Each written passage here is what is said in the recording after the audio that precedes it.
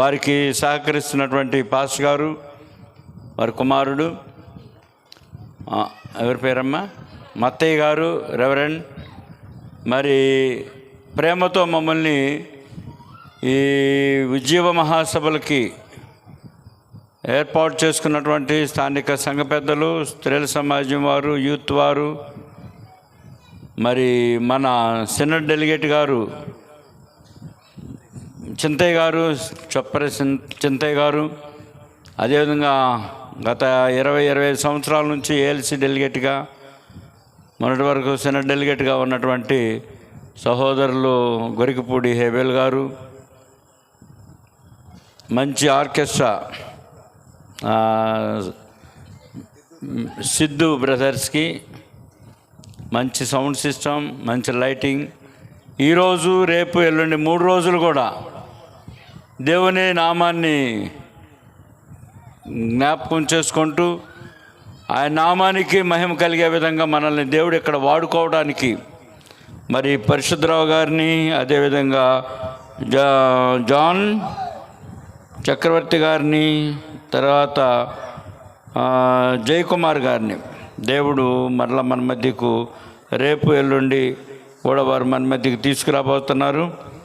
అంతేకాకుండా ఈరోజు ఈ సభలను ప్రారంభించడానికి ప్రాముఖ్యమైనటువంటి మన సినడ్ బిషప్ తండ్రి గారు రైట్ రెవరెండ్ కురాకుల రత్నమోహన్ గారు, అదేవిధంగా జంపన్ ప్యారిష్ పాస్టర్ గారు రెవరెండ్ యాడమ్ గారు, వారు కూడా మనతో ఉండటం మన సంఘానికి ఆశీర్వాదకరం.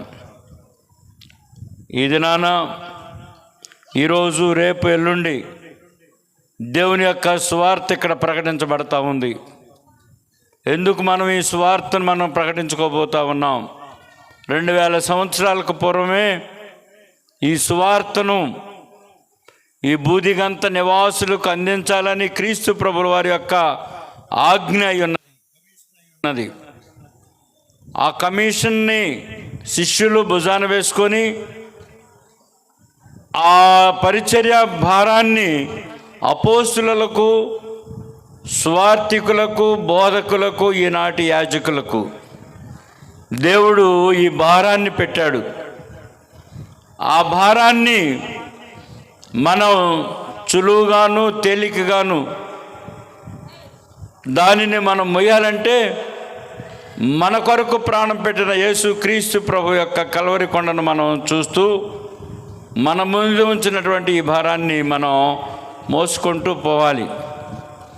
అలా ఆ ఉద్దేశంతోనే మన సంఘ పెద్దలు ఈరోజు కాదు, ప్రతి సంవత్సరం కూడా ఒక్కొక్క సంవత్సరం ఏదైనా ఇబ్బందికరమైన పరిస్థితులు వచ్చి మీటింగ్స్ పెట్టడం లేదేమో, కానీ నాకు తెలిసి చాలా సంవత్సరాల నుంచి మీటింగ్స్ కొనసాగుతూ ఉన్నాయి. ఆయా కాలాల్లో ఉన్న సంఘ పెద్దలందరినీ కూడా నేను ప్రత్యేకంగా అభినందిస్తూ ఉన్నా.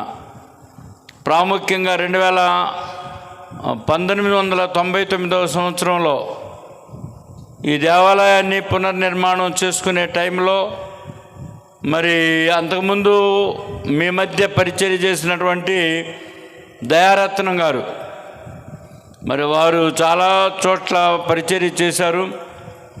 అలాంటి వారిని మరలా మీరు జ్ఞాపకం చేసుకోవటం, ఈ సంఘం యొక్క మంచితనం, ఈ సంఘానికి గురువుల మీద ఉన్నటువంటి అభిమానం, ప్రేమ, గురువుల పట్ల వారికి ఉన్నటువంటి గురుతరమైనటువంటి బాధ్యత, దేవుని సేవకులకి ఇవ్వాల్సినటువంటి ప్రాముఖ్యత, ప్రాధాన్యత ఎంత ఉన్నతమైనటువంటిదో మనలో ఒకటిగా మనతో ఉండి ఈ దేవాలయ నిర్మాణ విషయంలో కష్టాలు, మంచి చెడ్డ అన్నీ కూడా అనుభవించినటువంటి పాస్టర్ గారిని ఈ టైంలో తీసుకురావాలి అని మరి ఆ రోజుల్లో ఉన్నటువంటి పెద్దలు కానీ, మీ డెలిగేట్స్ కానీ, 20 డెలిగేట్స్, మీ సంఘ పెద్దలు, పిసిసి వాళ్ళు చాలామంది చాలా ఆసక్తితో మా దగ్గరికి రావడం జరిగింది.